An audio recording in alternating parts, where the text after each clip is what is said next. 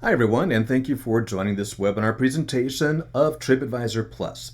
My name is Dean Schmidt. I am the founder at Basecamp Meta and MetaSearchMarketing.com, and we're producing this second episode on TripAdvisor Plus largely because of the fact that when this program first rolled out in March, it proved to be one of the most popular videos on our YouTube channel, which I welcome you to subscribe to, by the way. That said, we wanted to take a look at how it evolved and what it looks like now 4 months later. We'll take a look at some of the pros and cons that we talked about from our previous video and see, have they improved upon these? Have they not stayed steady with these? Whatever the case may be, and give an update on that status. So let's start with the very beginning here of things, and that is that TripAdvisor Plus is said to save consumers as much as $200 per stay. They sign up for $99 per year and they get their special rates, special deals and amenities and so forth. So the first question is, has this benefited consumers? Well, I don't have anything on a large-scale data section that I can put in front of you, but I do know several people who have subscribed to it and have said, in fact, that they've actually saved more than that. And so from what I've heard thus far, it has in fact lived up to its promise of saving money for the consumers. But let's take a look at some of the cons that we talked about from our TripAdvisor pros and cons video. Starting off with the GDS connectivity fees. Now, that was a really big one coming out the gate because if you're not familiar with the global distribution system, there are a lot of fees that can be associated with transactions going through that, thus making this kind of an expensive channel when it came right down to it. Well, very happy to say that TripAdvisor has worked on that, and they have established other connectivity partners, including Derbysoft and SiteMinder and Royback and other ones that are in fact still in development that are available to connect to that. So I predicted early on that that was something that they would quickly overcome. I think that they used the GDS as a quick means of getting to market, speed to market, and I think that that's something now that they've been able to work around. Moving on to the cost of the discount involved plus the added amenities. So let's talk about that discount first. Early on, they were asking for as high as a 25% discount to really sell the value to consumers. That has been brought down now. We are seeing discounts ranging from about 12 to 15%, and with that, it becomes more consistent with some of the other programs that you may be giving discounts for. Let's say a AAA discount, for example. So that discount is really within a range that is very feasible and very easy to use and accommodate. The added amenities, a little bit more difficult. Not everybody likes those. And one of the challenges is making sure that it gets enforced, that the hotel actually does it. You can, if you're a resort hotel, a luxury resort property that has a gift shop, for example, you might take some trinket out of there and use that. It didn't really cost you that much and it has a perceived value, right? So there are ways around it. And of course, also training your staff at the front desk to say, welcome TripAdvisor Plus member. I don't think that's something that they're going to successfully have happen on a regular basis. But those are not necessarily deal breakers. I think that as long as the discount is manageable, that's the most important part of that. No link off to the hotel page. That was a really big deal for me back in March because of the pending demise of the first-party cookies.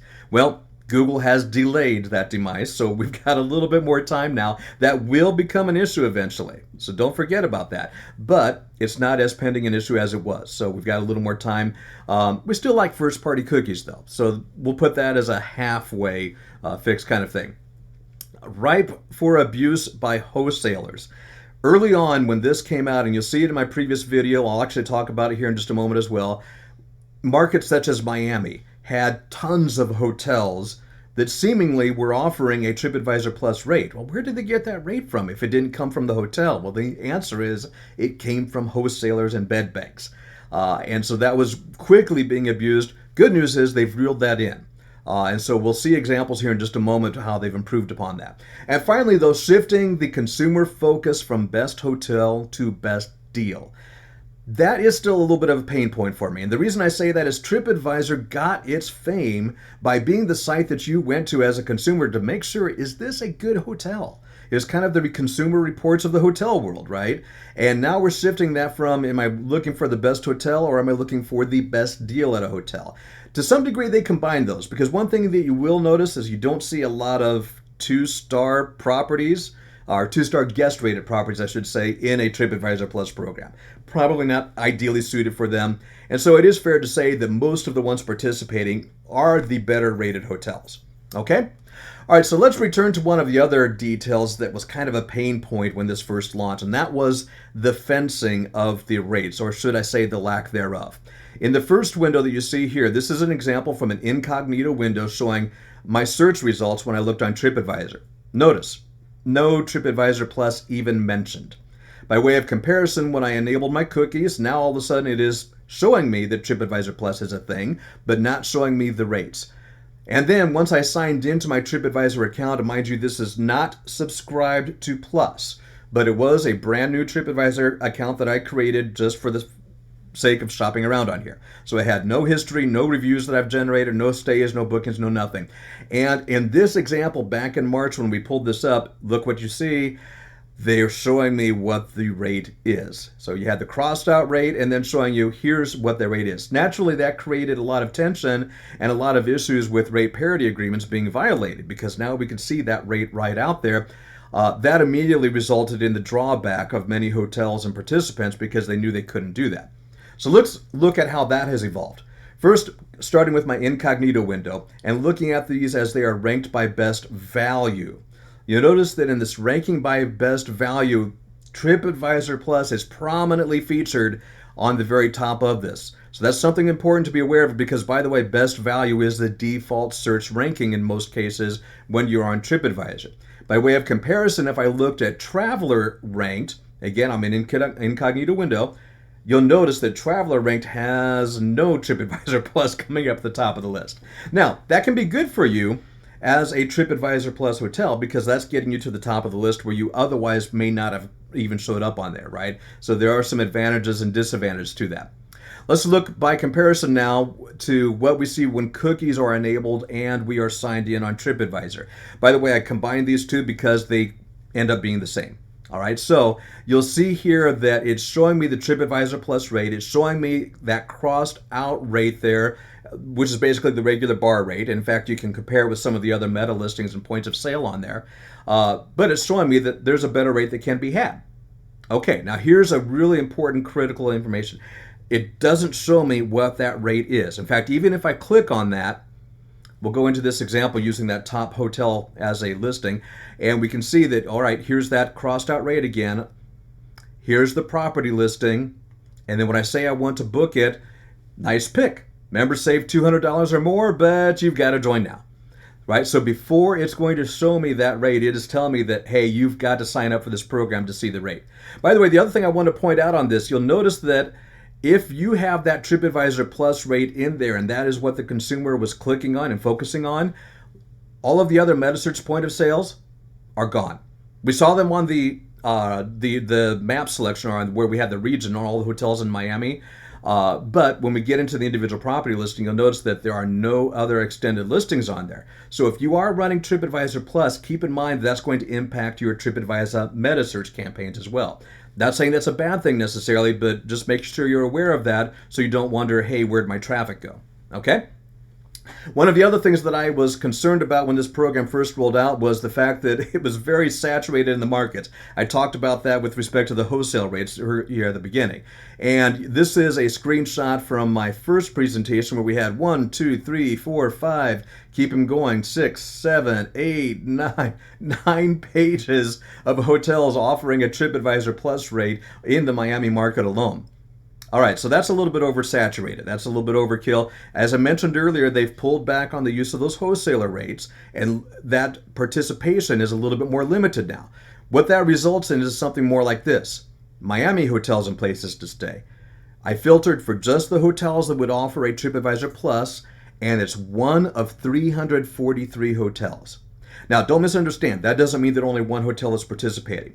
Remember, this does not have a last room availability or LRA requirement. So this was a search for less than a week out, and what happens here is hoteliers that are getting to high occupancy can close that out. So there's one hotel available with that rate. If you do change your dates and search further out into the future, there are more hotels participating. But the moral of the story here is that now all of a sudden, I am one of 343. Hey, that's kind of cool. Or even if I look at New York City, where I'm 15 of 906 properties, or in Dallas, where I can be 4 of 316, or San Diego, 6 of 470. So now all of a sudden, I am one of a few select hotels on that market as opposed to being in a very diluted bunch of hotels. This can be advantageous to me as a hotel. It can also be advantageous to the consumer because, again, as a consumer, I'm looking for something that I've signed up for this program. Now, where are my special hotels? I'm looking for something that differentiates these hotels from everybody else. And if I've got 60 properties in a market that only has 400 hotels, wow, that's kind of diluted, right? So that's not quite as special. Whereas if I've got one hotel from 343, oh, hey, this is a really cool property. I should take a look at it. All right, so let's review then some of the advantages, some of the pros. We'll recap these. One of the big ones that I said was the fact that we had the right audience at the right time. That was true in March. That's still true today. We still have a lot of influx of the revenge travel that we've heard everybody talk about. People who are anxious to get away and looking for a great deal. So this is a really good fit for them. No last room availability. I talked about that a moment ago. I'll take that every day. That's a really important thing. The no commission part. Yes, you do have to give a discount, but no commissions on top of that. Okay, we like that. Hotel gets the guest data. No, you don't get the first party cookie, but you do get the guest data. That's better than what you would get from the OTAs, so that's a win. But keep in mind, the loyalty to the program still lives with TripAdvisor. I paid them $99 like I would an Amazon Prime subscription, so my loyalty is over there. So it's going to be a little bit harder to get them now to be your loyal customer. Last but not least, though, it is good for the consumer. We've seen examples where people have gotten really good rates, and it gives them something to strive for. The one thing I would point out, however, is that TripAdvisor does need to grow that consumer base. If we look at advertisements we're seeing on TV right now, I've seen advertisements with the hotel guy, with the Captain Obvious from Hotels.com, Travelocity, Expedia, and all of these channels that have been advertising on television. I have not seen one from TripAdvisor. Why is that an issue? Well, because if you go to somebody outside of the industry and ask them if they're familiar with TripAdvisor Plus, the chances are their answer is going to be no. And so in order for TripAdvisor to have this be a sustainable program, they have to continue to get more consumers in there, more people in there to create that demand. And that demand lives in a really good place. When we think about our marketing funnel, at the top level, we've got the prospecting, very high level, and with first-party cookies not becoming an extinction level event just yet, we can still do that fairly heavily. But driving intent, look, I paid $99 to TripAdvisor to get me a discount on travel. I'm probably going somewhere. And that's kind of where these consumers live. And that also leads then to the direct response part of that, which is where metasearch largely lives. People are ready to book, they click it, they book it, or they don't, and the two are tied directly together. So with that, I do want to thank you for your time. Certainly, if you do have more questions for us, feel free to reach out. You can subscribe to our YouTube channel at Basecamp Meta, and we do also have an on-demand learning series that you can sign up for and learn more about not just TripAdvisor, but all of the other metasearch channels, the connectivity, the top-off programs, and everything. You can also reach us directly by emailing info@basecampmeta.com. Thank you for your time today. I hope you enjoyed this presentation.